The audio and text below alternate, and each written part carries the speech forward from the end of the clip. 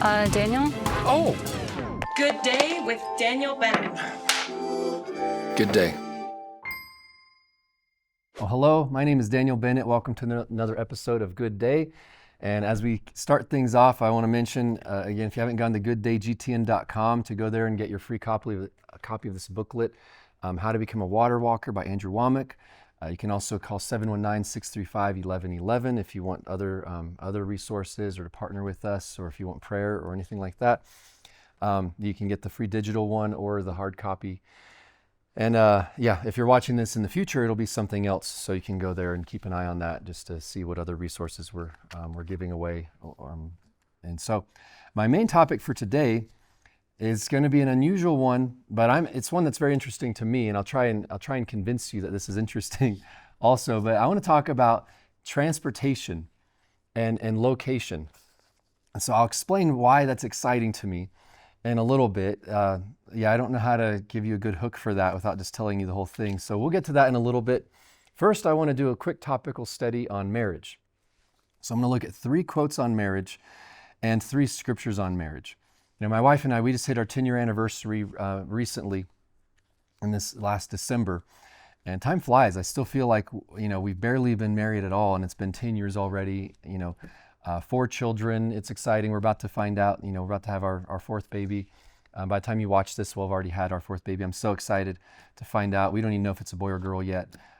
We think we know what names we've picked for either one. But sometimes, until you see the baby, you don't know for sure if that's their name or not. So I'm very excited about that. And it's just a lot of fun. Time really flies by. And my quick encouragement to you is capture memories, because what's amazing is how much you forget. And this is true for anything. This is true for moments with God. This is true for raising your kids. This is true for your marriage, for all these different things. In the moment, you say, this is so amazing, I'll never forget, so I don't need to write it down, or I don't need to take a picture. What happens, though, is you don't realize how many more amazing things are going to happen. And so when you start to have, 100 amazing memories, 1,000, 10,000, 50,000, you start to forget things that you thought you would never forget. So I encourage you to capture things, because it's amazing. And this, like I said, this has happened with things God's shown me. I can read an old journal and say, I can't believe I forgot that, because that changed my life. So glad I wrote it down. Or other things, I might have something come to mind and I realize, oh man, I totally forgot that happened. Or you see a picture, say, it slipped my mind. I can't believe I forgot. Again, it's not that you stop caring. It's that you're not factoring in how many amazing moments you can have in life where it's easy to start forgetting some of them. So I do encourage you to record, capture things, write things down. I tend to be a more of a nostalgic, sentimental person in life. I've always enjoyed looking back and appreciating things, sometimes to an unhealthy level, but there's a healthy level, I think, where you just appreciate and are thankful for things in the past, and then it kind of pushes you to enjoy things more going forward. So it's not even my topic, but sorry, talking about marriage here reminded me of it. So quotes on marriage. The first one is by John Adams, one of our founding fathers in the U.S. So marriage is the foundation of society and the true key to happiness. And I agree. I think the family unit, if that's broken down, then every other level of the government, of relationships will also be impacted in a negative way. That's interesting that even one of the founding fathers, says that the foundation of society is marriage. So this next one by Socrates. I actually had to look for this. I heard this one years ago and I thought it was hilarious. So I looked this one up on purpose. I encourage every young man to get married. If he marries well, he is the happiest of men. If he marries badly, he becomes a philosopher. And I just think that's funny because he's a philosopher. So I was like, for thousands of years, his little joke about his wife has lasted. And so anyway, if you want to go deeper with this, right? I think it's funny because I think he was joking, making fun of his marriage. But again, he's like, look, if you marry well, it's amazing. And if you don't, then just spend all your time thinking, right? Just go somewhere else. Like in Proverbs where it says, like, it's better to be in the attic of your roof or in the attic of your house than to be with a cantankerous spouse, I'll say, because I don't think it's just for wives. I think it can go either direction. So this last quote is by Ruth Bell Graham. She says, a good marriage is the union of two good forgivers. And I talked about this recently. I completely agree with this, is that the key to long-term relationships, one of the pillars of long-term relationships, of a successful marriage, of any type of long-term relationship, is to be good at forgiving each other.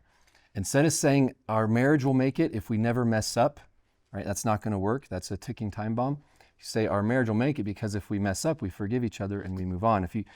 Forgiving doesn't mean, okay, fine, and then you just keep letting the offense pile up over time. Forgiveness doesn't just mean I won't give you consequences, but I'll still be offended, I'll still be upset. No, it's releasing them from that debt, giving them a fresh start. Again, I'm not talking about no boundaries or anything like that, but true forgiveness, where you're not getting more and more annoyed at them over the years, where after 50 years of marriage, you're so angry at them that they say they breathe the wrong way and you just get furious at them. Now, true forgiveness means that it's a fresh start in how you treat them, even if, again, there's boundaries, that whole thing. So 3 scriptures on marriage. First one is Genesis 2, verse 24. Genesis 2:24 says, therefore a man shall leave his father and mother and be joined to his wife, and they shall become one flesh. Right, so this one's key on marriage. And it's not just the two become one flesh, that's where we usually focus, but it's they leave their father and mother. And sometimes you see this happen where people get married, but they don't ever actually separate from their parents, and they let their parents still be their primary leaders in their life and counselors, a close relationship, who have authority over them and tell them what they have to do and how they have to do it. But marriage is about saying, look, you're changing your role now. So, I tell people when kids get married, children, right? When they're adults, obviously, the parents go from being an authority figure in their life to becoming counselors. So they kind of shift where they still have valuable insight, but when it says children obey your parents, that doesn't mean you have to do everything that they say the rest of your life. It's when you're children and they're raising you, it's you obey them, as long as they're not asking you to do something ungodly. But then when you leave and cleave, right? When you leave your parents and cleave to your spouse, they now need to move to a counselor role where they give you counsel, but you still make the decision. It's like, they're giving me a different perspective. They're giving me insight and wisdom. They've lived things I haven't lived. They have insight I don't have. So I value it, but it's still up to me to make the decision. So I think that's an important balance. I've seen it really hurt marriages when one spouse is still going to their parents or one of their parents for counsel and advice instead of their spouse, and it can hurt the relationship. The next one, Ephesians 5, verse 25, says, husbands, love your wives, just as Christ also loved the church and gave himself for her. Husbands, love your wives like I love you, right? Like the way God himself has given his life for us. And so that's pretty intense. A lot of people forget that scripture when they talk about like wives need to submit. Well, it's in the context of husbands giving their lives, right? So it's supposed to be this mutual laying down your life for each other. And when you both prioritize the other and the marriage as a whole more than themselves, more than yourselves, then it's very healthy. Proverbs 18, verse 22. The last one here is, he who finds a wife finds a good thing and obtains favor from the Lord.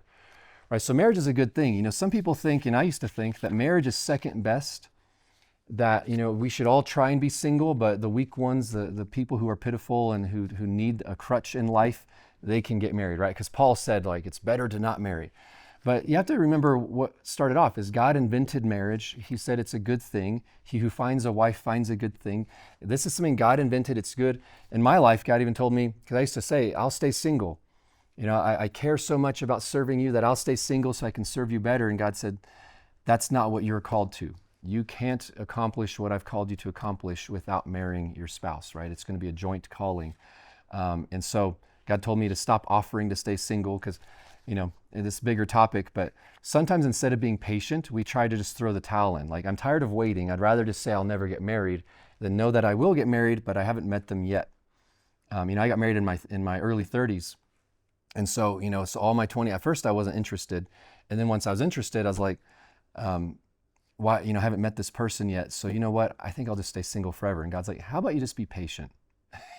How about you just trust me instead of just giving up and being annoyed and saying, if I don't get married right now, then I'll just stop thinking about it. It's okay to have a desire. It's okay to pray about your desires. I don't think you have to just try and trick yourself to not think about it in any way. God says, let your desires be known to him. So just say, yeah, I want to, this is a desire. I want to be married. I want to have kids. Or if you want to stay single, you'll know it if you do, right? None of this will bear witness with you. You'll say, that's not my calling. And that's perfectly fine also. So we'll get to our main topic now of transportation, which sounds unusual, but I hope your curiosity is enough to keep you through this next commercial. We'll see you here in just a minute.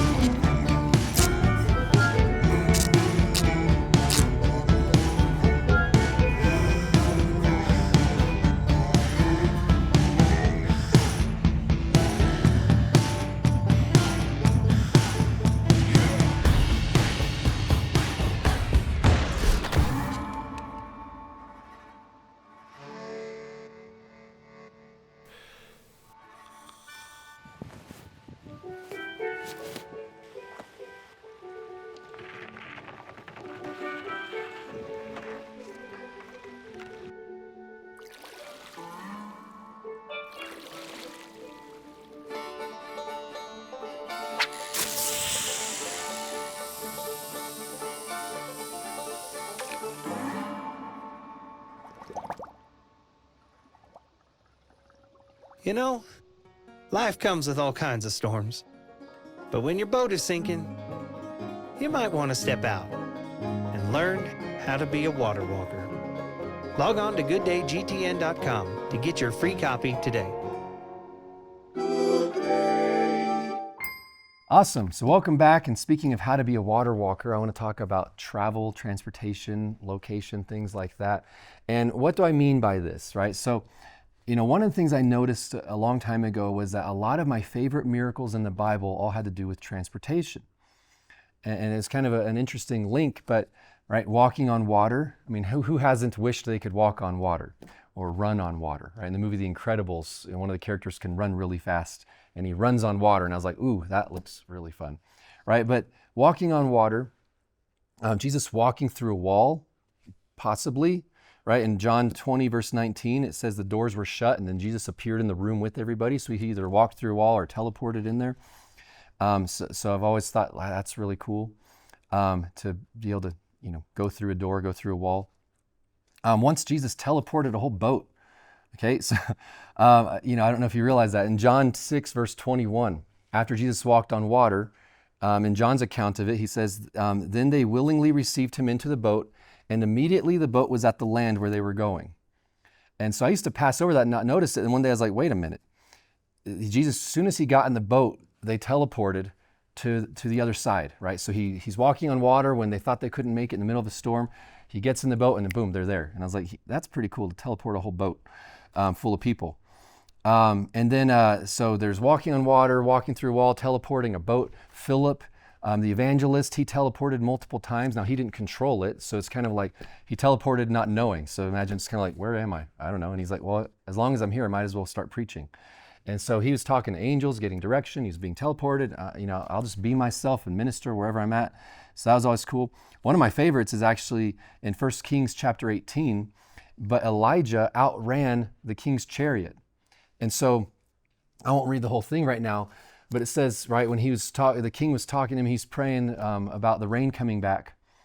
And so when he saw this little cloud, he told the king, get back to the city because you're about to get caught in a rainstorm. And it had been a famine, and there had been no rain, a drought. And it says that he, what's it say right here? He girded up his loins. So he hiked up his robe and ran faster than the chariots of the king. And so I was like, that's pretty cool to have super speed like that. He got back before the king did, even though the king was in a chariot. And you can imagine the king's chariot has the best horses. So Elijah ran incredibly fast.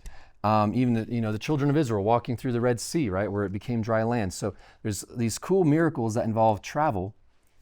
And, I've just seen there's a theme with that, right? Where kids, when you're, adults too sometimes, but especially with children, they love to dream about flying. Some of my favorite dreams are when I can fly. Although I had one dream once where I could fly, but I could only fly feet first. I've had flies where that was weird. You always picture going hands first, But I've had ones where it's like you can semi-fly and can't fully control it, stuff like that. But even many kids, they dream of being pilots when they grow up, or astronauts, right? Traveling through space. They see a garbage truck and they're like, that's what I want to do with my life, because they see this huge truck, that's the coolest thing, or a fire truck. And, there's something about transportation that I think captures imagination, where even from childhood we want to. I even noticed that a lot of the most popular superheroes, they have a very cool form of transportation, right? So you've got people like Superman or Iron Man who can fly. Spider-Man can swing, and that looks really cool. Climb on walls, climb on ceilings. The Hulk can jump miles, right? Wolverine, he uses his claws to climb up buildings, stuff like that. Ant-Man can shrink really tiny and travel that way. You got people who can run really fast and all that. So I've just noticed this theme of like some of the coolest miracles are about travel and cool ways of travel that other people can't do. And some of the coolest superheroes they have cool ways of travel. And there's something about it that I think is just exciting to us at a deep level. And I think it's just because, right, we all relate to it, right? Travel is something that we all understand. You can only be in one place at a time, and being able to get from one place to another, right, there's limitations. And so when you can break past limitations and do things other people can't do, it captures our imagination. It seems really fun. But it's not just about the travel itself, right? Flying looks like it would just be fun if you could fly like Superman or something, or swing around like Spider-Man. What's funny, right? Spider-Man doesn't really work if he's in the suburbs or out in the country. You kind of have to be in a city with skyscrapers. But there's people I wish I could spend more time with, but I can't, right? Location is a limitation in our lives. There's people that I really, really care about, and they live far away, and so I don't get to see them very often. There's places that I would love to visit more often, and I can't because it's just too far away. And so travel, if you could teleport, if you could fly places really fast, if you had an invisible jet like Wonder Woman, right? The stupidest thing. I guess they're all stupid if you think about it. But it's more just about the fun of daydreaming. But again, location is a limitation. You can only be one place at a time unless you're God, right? He's everywhere. But again, there's people, there's opportunities, there's locations, things like that.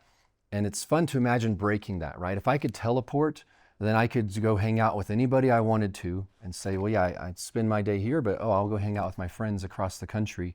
I'll just teleport there, and then I'll teleport back.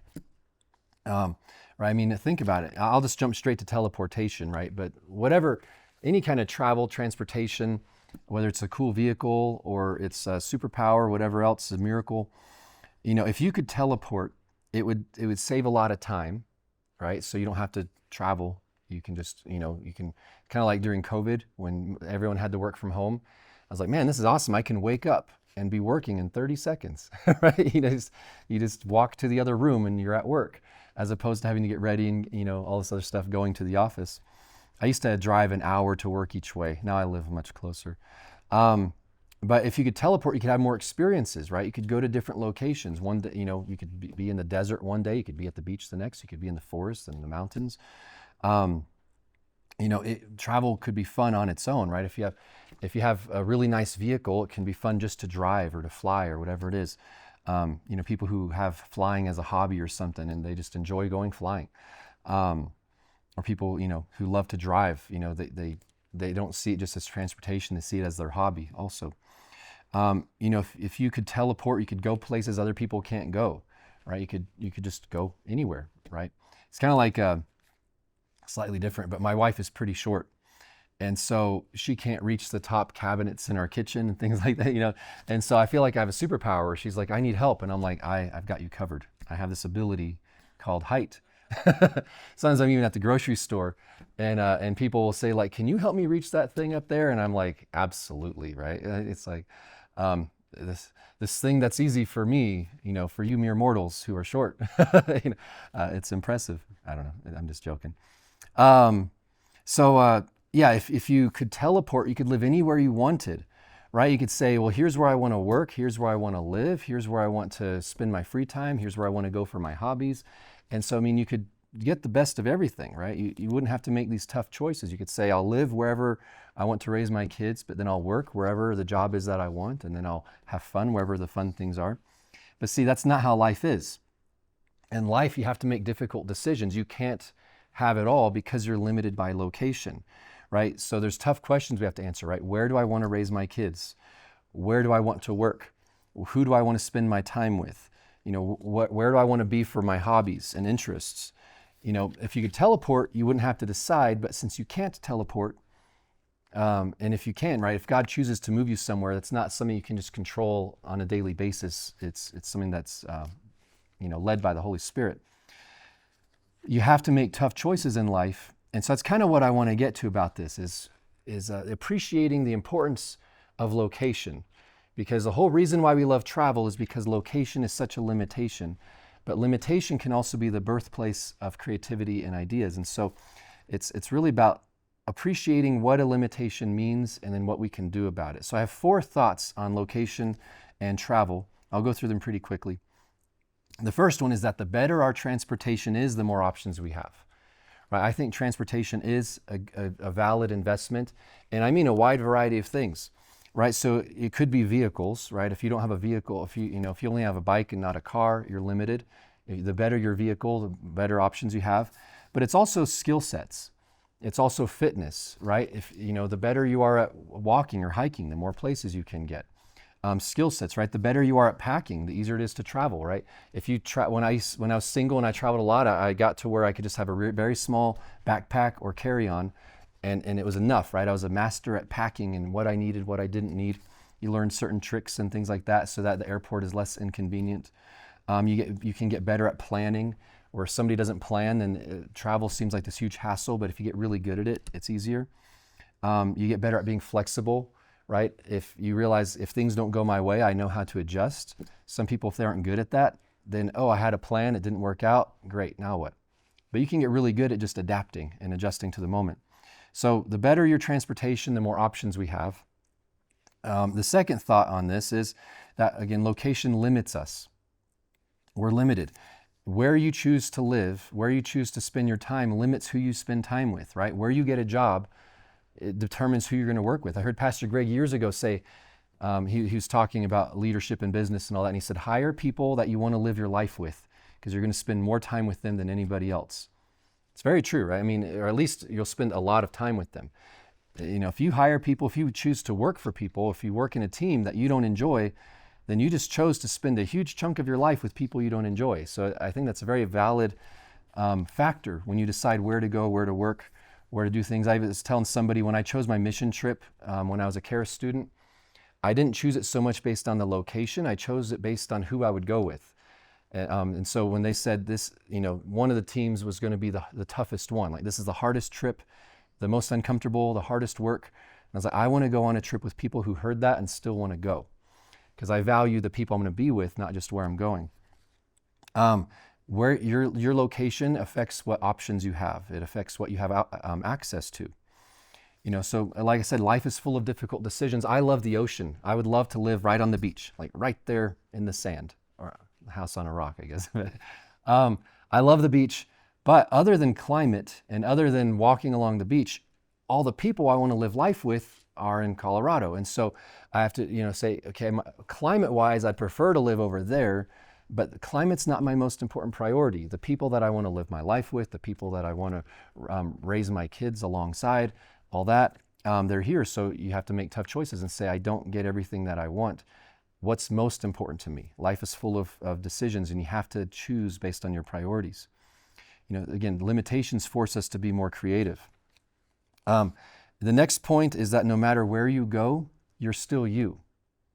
And so, no matter where, imagine you can fly and you fly somewhere and you're Superman, right? Or let's say you can just fly like Superman. You fly somewhere and you're like, I'm going to fight crime. And you get there and you're like, I'm here now, but I don't actually have super strength or invulnerability, right? Same is true across the board. When I first became a missionary, I was like, I'm here in another country. I don't know how to do anything, right? I was like, if I didn't know how to share my testimony back home, why would I know how to share it now? If I don't know how to teach then, why would I know how to do it now? If I don't know how to serve back home, why would I know how to serve now? So location doesn't actually change you, but there is a bit more depth to this. And so we'll pick up on this more tomorrow. For now, though, I want to wrap up with a little bit of Q&A, and then we'll talk more about location and what it means and how we have to make these tough choices. We'll cover that in the episode tomorrow. So a couple questions here. First one is, what's the best way to handle big decisions without feeling overwhelmed? I guess this ties in with what I was just saying. But one of the keys in life is to know your priorities. See, if every time you may have a big decision, you have to say, well, what's most important to me? Then you're starting from scratch every single time. But if you know in advance, this is what I'm committed to, this is my top priority, and this is my next one, and this is my next one. If you've made it clear in your own heart what's important to you and what's not, what's a big deal, what you're willing to sacrifice, what you're not willing to sacrifice, things like that, then when you have big decisions, you just have to say, does this help me reach my goal? And it really simplifies life if you know what you're willing to do and what you're not, what you're committed to and what you're willing to give up. So I'd say priorities are the key. If you have clear priorities, big decisions actually become very easy. I would actually say big decisions for me are easier than the little decisions, because big decisions, you know you're making them. So when I know I'm making a big decision, something that will affect many years or my whole family or long-term things, then it's easy just to talk with God about it, look at my priorities and make the decision. It's the little ones that you don't realize you're making, where you don't realize like, well, this right here actually had a bigger effect than I realized and all that. So those are actually the more tricky ones, is realizing which small decisions are actually going to affect my destiny in this world. So the next question, how do I stay strong when I feel like giving up? Give it to God. Talk with God about it. I always tell people, don't try to pretend, don't say the right thing if it's not true, just to say the right thing to God. Be honest with him. If you lie to God, you're only tricking yourself, because he knows your heart more than you do. So I'm not saying stay there, right? Don't just repeat to God all these lies and complaints. One thing I'll say, God, I feel like this, but I know I'm wrong. Correct me. What lie am I believing? Or what truth am I not aware of? What am I hanging on to you need me to let go of? What should I grab onto that I'm not grabbing onto right now? And so just be very transparent with God. You can't outfake him, right? Some people just train themselves to say the right things, but it's not actually true. So they learn what a minister said or some teaching they heard, and so they say the right thing, but they don't mean it. And so they've just created this religion instead of actually just, no, I'm saying what I actually mean. Like King David, I like when he would say, I'm in the depths of despair, this is the worst, but you're always with me, So he would encourage himself. So I'd say it's okay to start off by telling God how you feel, but if you acknowledge, my feelings aren't the truth though, right? I feel this way, but I know your word says that that's not true, right? If you say, I feel afraid, but I know that you didn't give me a spirit of fear, so that's not who I really am. So how do I get set free from this lie that I'm apparently believing? So I hope that's helpful. Again, I encourage you to go to gooddaygtn.com to get your free copy of our booklet, How to Become a Water Walker by Andrew Womack. Hope you have an amazing day. We'll see you next time, and take care.